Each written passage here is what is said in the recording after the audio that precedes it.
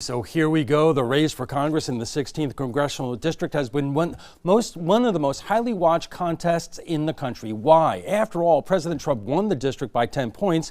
Voters on the Suncoast have not elected a Democrat to Congress since 1983, but no one motivates Democrats like Donald J. Trump, and the party is hoping this year will be the year to flip this district, which includes Sarasota, Manatee, and southern Hillsborough County. We would like to welcome Congressman Vern Buchanan, who was first elected in 2007, and Democratic challenger David Shapiro, a well-known and accomplished trial attorney in Sarasota. Welcome, gentlemen. Thank you. You both will get a 1 minute for opening remarks, and we had a coin flip a few minutes ago. Congressman, you won, so you get to go first. Well, I want to thank you, Alan. I want to thank Channel 7 for the opportunity to visit with folks here in the district. Let me just give a little bit of background. I'm a blue-collar kid that grew up in the Detroit area. One of 6 kids. I was the oldest. To give you some sense of that, I had a little background. I remember my father and mother both worked in the factory with 6 kids, but I remember asking my dad, why do you work afternoons? He said, I make another dime an hour. That's where I came from. I put myself through college, and then I met my lovely bride. In 1976, we got married. We celebrated our 42nd anniversary. But we built 2 big companies together, Speedy Printing, 1976. We started with a couple of stores, built that into 750 stores across America, sold it, and then came to Florida in 1990, and we got into car dealerships, and we acquired a lot of car dealerships over a period of time. I only say that humbly because I've lived the American dream, and my goal is to make sure that our children and grandchildren have the same opportunities that I've had. Regardless what their dream might be, I want to make sure I do everything I can to make sure they realize their full potential. Congressman, thank you. Mr. Shapiro. Thank you. Thank you, Alan, again for this opportunity. For nearly 30 years, I have had the honor and the privilege of representing people in our community against powerful insurance companies and callous corporations. And really now I see that those very same companies are running Washington as lobbyists and special interests, and Congressman Buchanan is helping them and supporting them.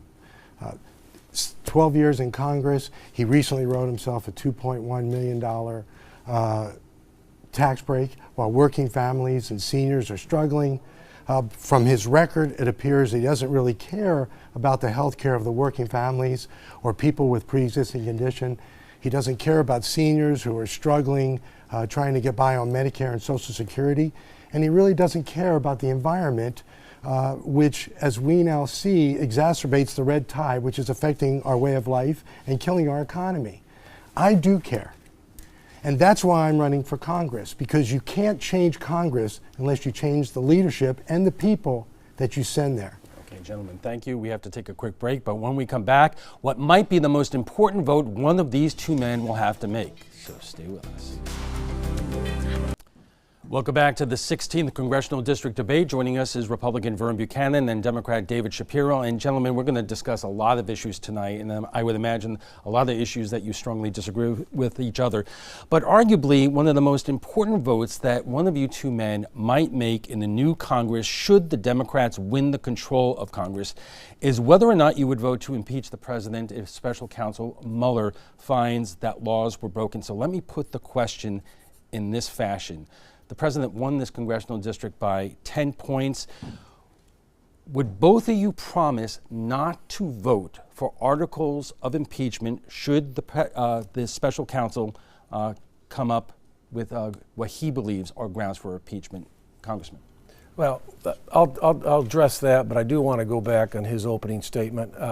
He should be ashamed of himself attacking me. I'm not up there to feather my bed or anything like that. I'm up there to make a difference.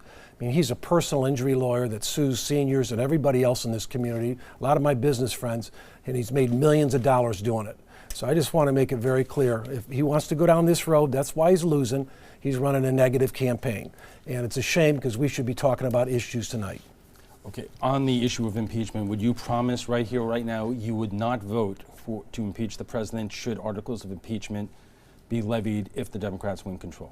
I would just say this needs, I want to let it play out and see where it goes in terms of the investigation. I think it needs to be a full investigation. I think these things go on way too long, but I'll approach that when that time comes.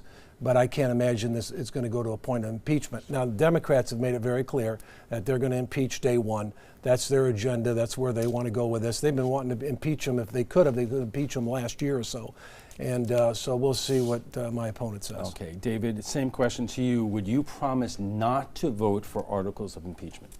Again, I agree with Congressman Buchanan. Nothing can be decided until the Mueller investigation is completed. There's no reason to get ahead of ourselves. We don't know what it's in there. It's all been speculation. There's been a lot of political posturing. But from my point of view, we should finish the investigation, see what it turns up, and then make a decision based on that information. That's how I see it. It's really not a political event at this point. It should simply be an investigation. If nothing else, to determine whether the Russians were involved in our elections, to what extent, and how can we stop it from happening again. Let him finish without impediment. Follow-up question, Mr. Shapiro. We know what's been in public in terms of the Mueller investigation, the events that led to the firing of the FBI director. Do you believe if the special counsel found that the president committed obstruction of justice, he should be impeached? Can't make that call right now. It depends. It's crimes and misdemeanors, and it depends if the national security of the United States is in jeopardy. There's so many different things that we don't know just yet. How can anyone make that decision without the conclusion of the investigation? Now it's all speculation. All right, Congressman, I want to give you the same opportunity. Yeah, I just think there's so much politicalization. I co-chair the Florida delegation. I've worked with the Democrats, Elsie Hastings, and the two of us work together. We've tried to find areas that we can get agreement on. I just got rated as one of the most effective and one of the most bipartisan members of Congress by University of Virginia and other credible institutions. We've got to find a way to work together. Okay. Another issue that weighs on the minds of many people who live here on the Suncoast and everywhere is the economy. The stock market continues to soar, except for today. But in corporate profits also are soaring thanks to last year's tax cut. The gross domestic product is over 4%. Unemployment is at a 49-year low. But as the New York Times recently reported, hourly earnings have moved forward at a crawl, with higher prices giving workers less buying power than a year ago. A lot of middle-class residents of the Suncoast continue the struggle to make ends meet. Many still don't earn what they used to before the 2008 economic collapse. So, Congressman, what specific ideas do you have to change that? Well, I don't think the New York Times is right. I mean, these are a lot of people that are journalists. They're writing things. I've been in business 40 years. The business, when I left, we had 1,200 employees, almost $1 billion enterprise. I can tell you, I ran into a merchant in town just on Main Street having lunch yesterday. And my point is unemployment goes down. They can't find workers. They're going to pay more. You're going to see bigger paychecks. Talk to anybody that's in the real world in terms of running a small business, and they're having to pay more. So with this heat and the economy growing like it is, you're going to try to attract and get the best people or better people, you're going to have to pay a lot more to do it. So I think that's going to be in itself. We've got one of the best economies I've seen in 40 or 50 years. We've had good ones, but growing at 4%, nobody thought we'd ever get to 3%. So I think Trump does get some credit as it relates to what the growth has been. As you know, I chaired the Tax Policy Committee. I still do. I think tax reform has made a huge difference. That's that and deregulation. That's why we're exploding and getting everybody back to work today. Mr. Shapiro. Well, see, I see a different way. I see a different happening. As an attorney who represents working families, they're struggling. They're struggling. A lot of them don't have stock portfolios. It's not really helping them in any way, shape, or form. They have to have 2 jobs. They still can't afford health insurance. They can't afford daycare. They're having problems putting food on the table, and they have 2 jobs. I mean, they're underpaid, and it's a real problem. I mean, that is the issue with the tax law that we just discussed a moment ago. It was very beneficial to the people who didn't need it. However, the working families really weren't getting sufficient tax benefits or the breaks, which will enable them to, live a life. And there are people that we know that have to live 30 miles away from where they work because they can't afford the housing in the particular area. So it's a different kind of economy. Now, it was starting to get on that great path when President Obama was in office, and it's still a continuation. But there's so much more work to do that has to be done. So maybe where Mr. Buchanan goes to have his breakfast and whatnot, I'm seeing a lot of different problems associated with this economy. All right, Congressman, I'm going to give you 30 seconds to respond to that. Let me just say that he's against it. We cut families of four in this area $2,400. It makes a big difference. Pelosi, who recruited him, basically said it's crumbs. It's not crumbs to these working families. So I think as the economy grows, talk to anybody. Talk to anybody that's in business trying to attract and get good people. We have businesses in town that my son runs. I talk to him a lot about it. He's having to pay more. Our people are making more because of the economy in general. This is one of the best economies that we've had in a long time. Unfortunately, in law offices, maybe they don't recognize that, but the average business guy out there, small business guy, does make a big difference. We have to take a, David? Well, you know, I have clients who work, not the folks that work for my office, but I represent working people, and I know what they're struggling. The wages are not going up. You just mentioned it. In fact, their buying power is even less right now. So this is not the booming economy for everyone. All right, let's take a quick break. Coming up next, the most important question everyone watching this will have to face. Welcome back to the 16th Congressional District Debate. Joining us is Republican Vern Buchanan and Democrat David Shapiro. The next question, David, I believe goes to you. More than half of the people who are watching us right now are covered by health insurance through their employers, not the Affordable Care Act. And according to the State Health Access Data Assistance Center, the cost to employees are up across the board. Copays up 2.4 to 4.2%. Premiums are up 5.5%. Deductibles up 10.7%. For many families, this wipes out anything that they gained through the tax cuts last year. So with all the talk about the Affordable Care Act, what would you do to fix employer-based insurance so middle-income families can keep up? All right. Well, the Affordable Care Act has indeed provided coverage to millions of Americans that otherwise couldn't have received it. And now we're starting to see the people are starting to see the benefits. Now, when it was first passed with opposition, there was a lot of talk. I know that Congressman Buchanan did not vote for it, but now we see the benefits. So what we have to do is work on that particular program, get more people involved in it so we can drive the cost down. It's really that simple. You get more participation, get young people and healthy people to sign up. That'll drive the cost down across the board. I think that will fix it. But I'm asking about employer-based insurance, which is actually also becoming unaffordable to more and more middle-income families. Well, you know, there's going to be an option to get on the ACA, and that'll help drive down the cost of the employer-based system. I mean, if you can get it competitive, you can make it. You can drive the cost down. Okay, Congressman, the same question to you. We're not talking about the Affordable Care Act. We're talking about employee-based insurance, which the premiums and deductibles are going up almost every year, and it's actually covering less. It's a huge problem. That's where we have to try to work together. It's bankrupting the middle class. You talk about not having any money, you make a little bit more money. A lot of this cost has got pushed to them. My first 20 years in business, my wife and I, we paid for everybody's health care. The last 20 years, I'm sure in David's law firm, more and more gets pushed to the employee. So the typical thing in our town now is the employer might pay $700 a month or $10,000 a year, and then the employee, many times the family of four, is picking up $400. Then they have a $7,000 deductible. So it's a huge challenge and a problem.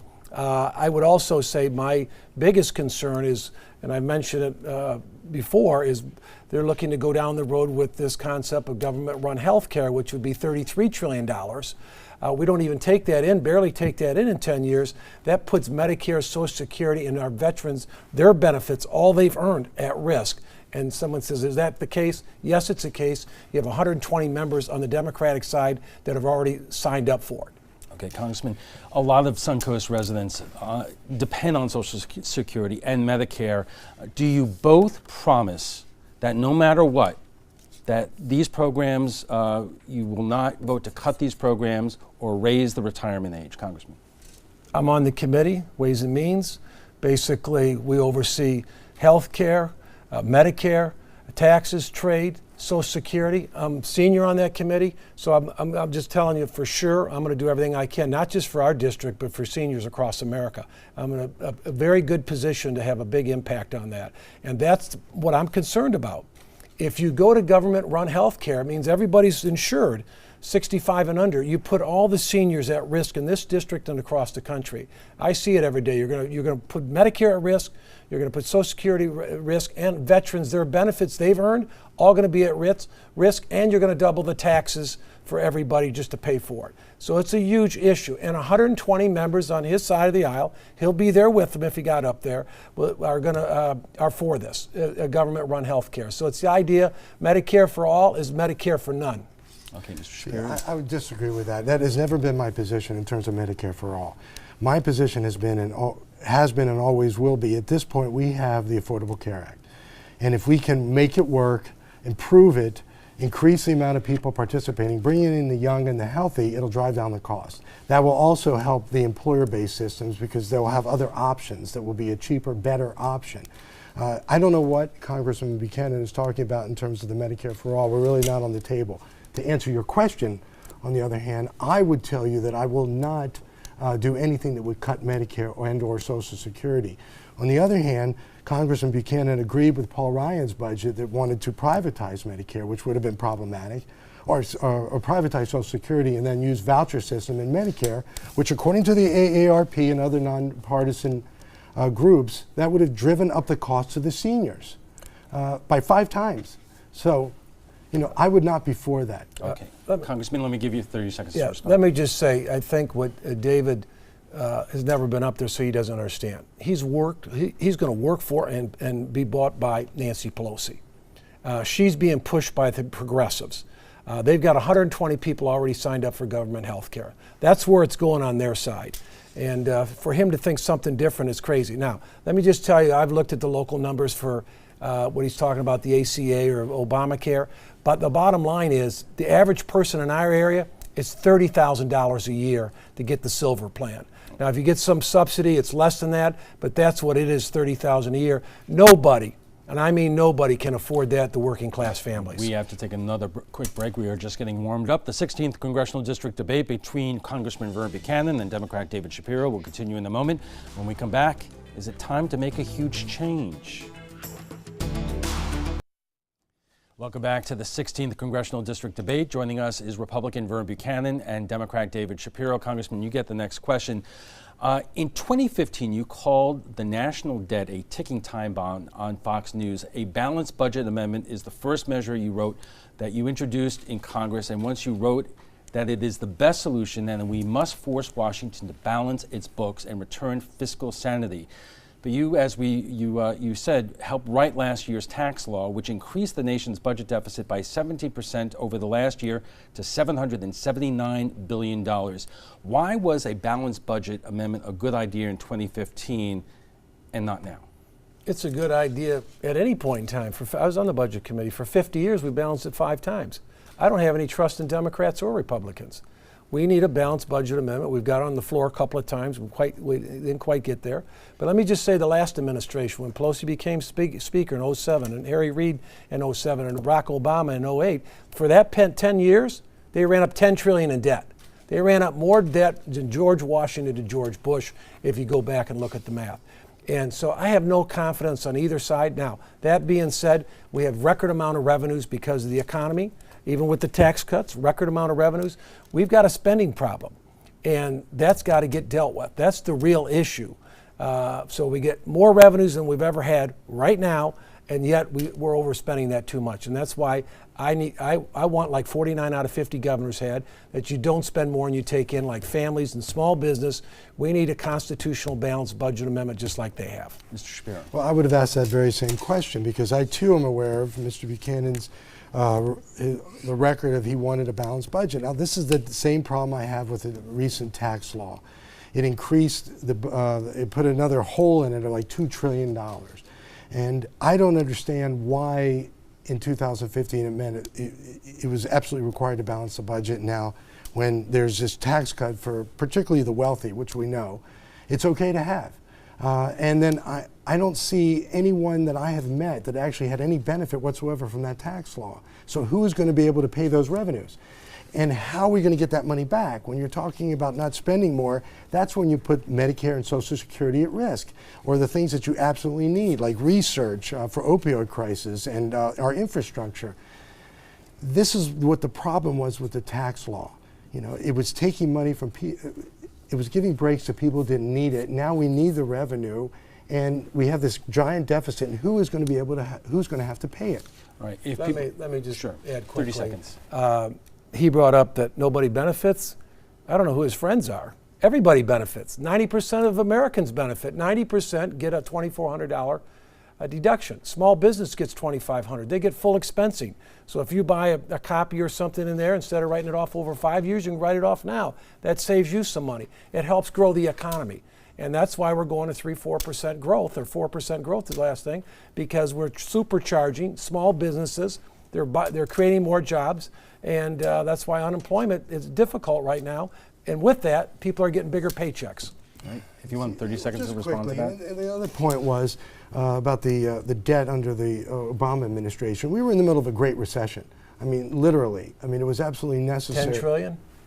Well, I mean, it was absolutely the Great Recession that was caused by the Bush administration. So something had to be done to avoid a Great Depression. So I don't think it's fair to compare that deficit at that time.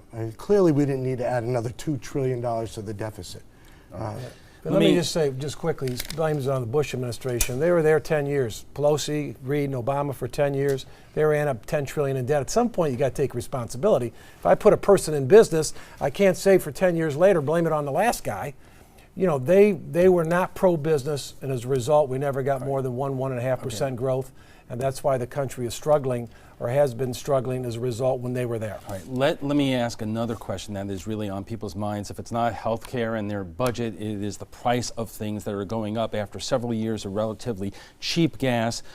Gas prices have shot up. According to the AAA, global supply and demand concerns continue to weigh on oil prices, which are dragging gas prices higher. As a result, OPEC output remains low, and the U.S. sanctions are expected to limit exports from Iranian crude. Mr. Shapiro, as you know, that we left the Iran nuclear agreement, which really slowed up and cut down on Iranian oil imports. Was it a mistake to leave that agreement, yes or no? What would you do to lower the price of gasoline?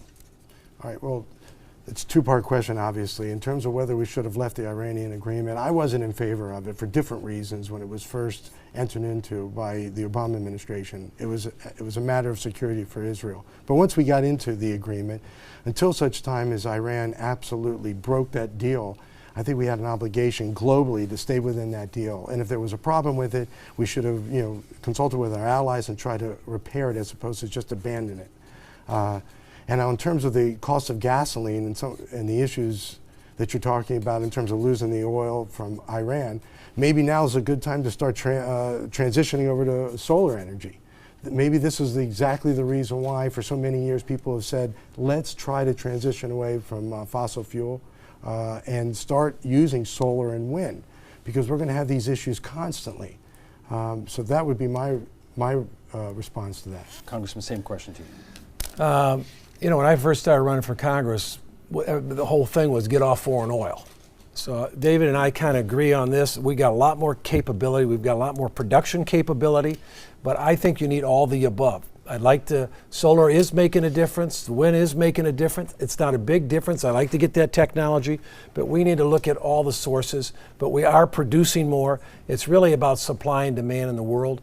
And so I just feel we become more energy independent, but at the same time, I think I agree with David on this. We need to do all the above, every opportunity. I can tell you in the car industry, they're moving towards more and more electric cars. You're going to see radical change probably in the next 5 to 10 years. Okay, we have to take a quick break. We have just one more round of questions. When we come back, one of the dire issues facing all of us. Stay with us.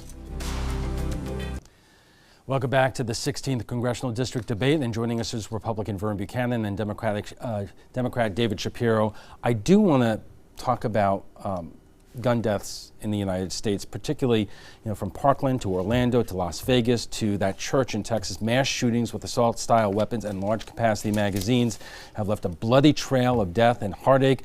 No other country has this kind of problem to the degree that we do. So, Congressman, the question that a lot of people, especially in Florida, are asking is, should assault-style weapons and large-capacity magazines be banned?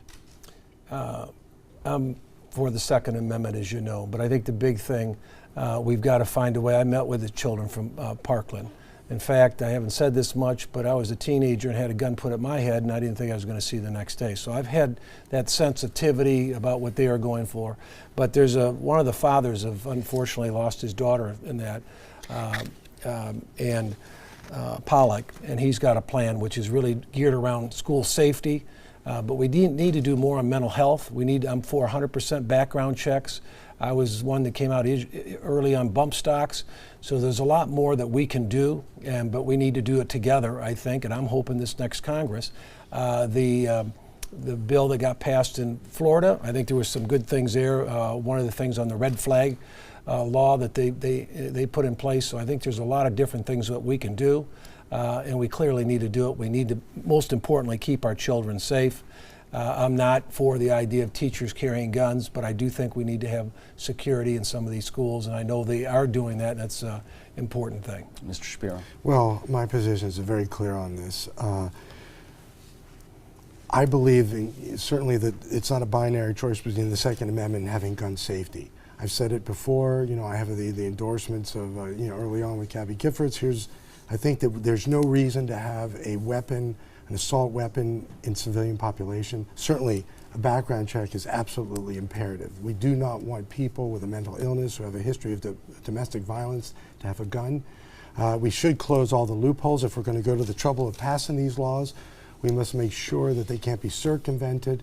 And I do believe that we need more money in schools, not necessarily to arm the teachers, but to put people in there who can identify kids who are in trouble. Like, for example, the one at Parkland, I talked to an expert and said it was a flashing light that should have been really picked up. So we need to invest in that kind of security to make sure that people are aware of what's happening. It's the isolation of the kids, but absolutely we need to do something about gun violence immediately. Okay, David, the next question is to you. We've been reporting on that caravan of several thousand men, women, and children, migrants from Central America heading to the U.S. border as we speak.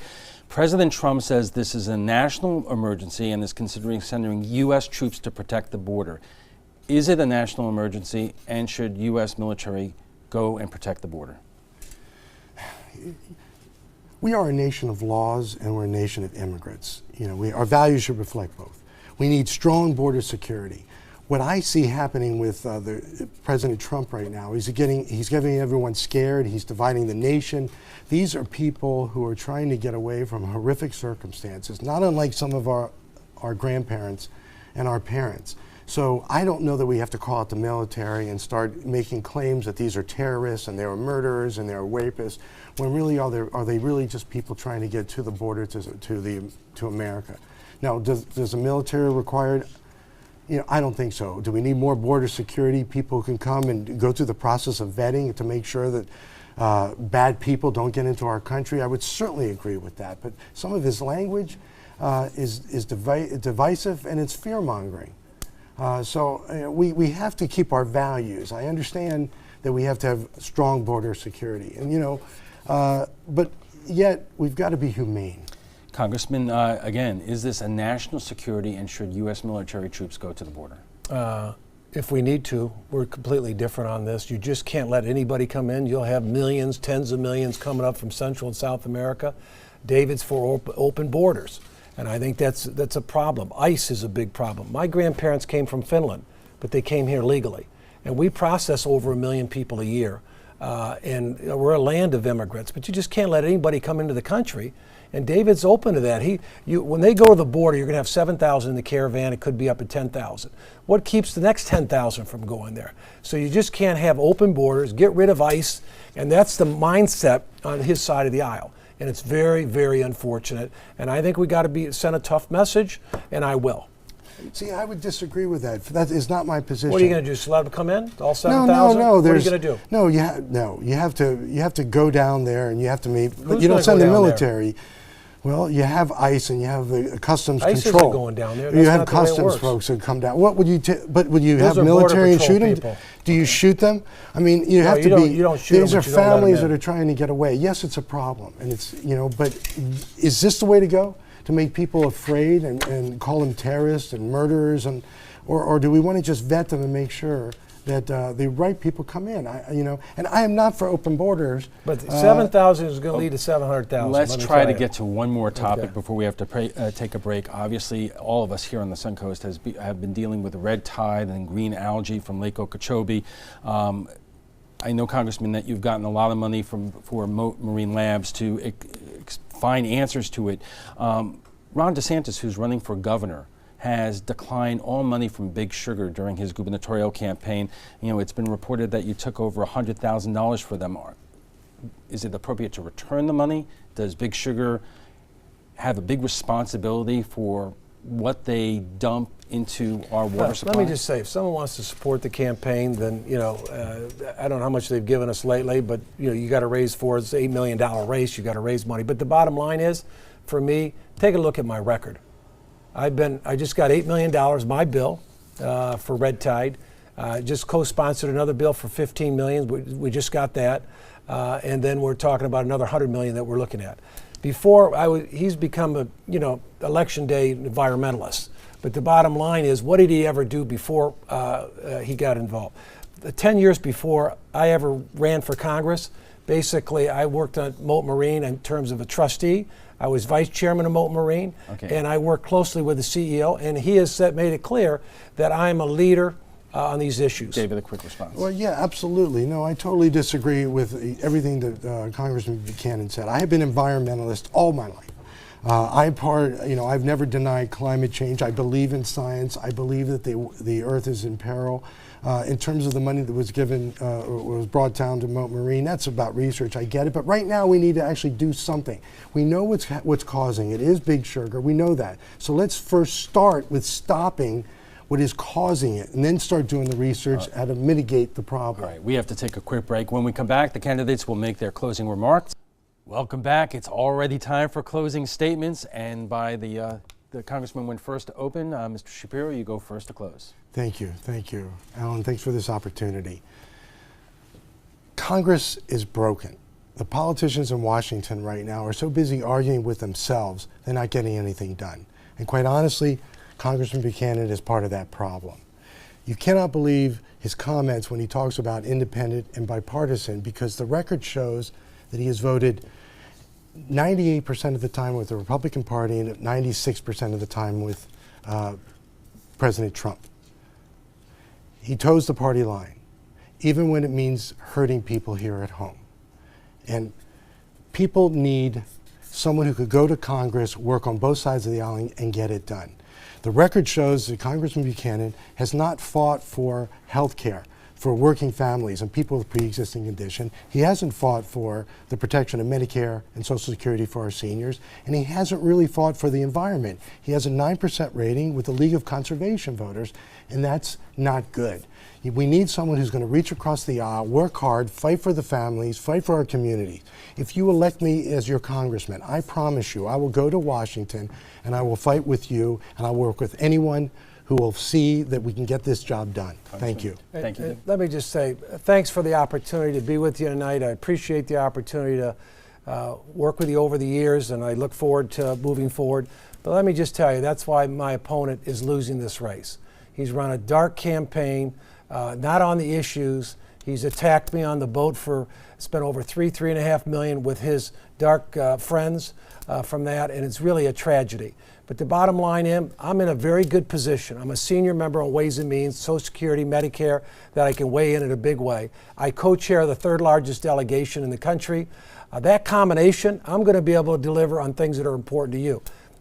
Tomorrow I'll pass the 16th bill that'll turn into law that helps us with red tide, that helps us with veterans, also in terms of helping with Wares Creek in Manatee County was something it was almost a $50 million project. So I'm working for you. I tell people I'm humbled to be a congressman, but at the end of the day, I'm a representative. I'm going to do the best I can to serve you. All right, gentlemen, thank you both very much. Congressman Vern Buchanan, Democrat David Shapiro, thank you all for joining us. And stay safe on the campaign trail. And if you remember, democracy, this thing we got going, there's a saying, decisions are made by those who show up. So show up. Good night.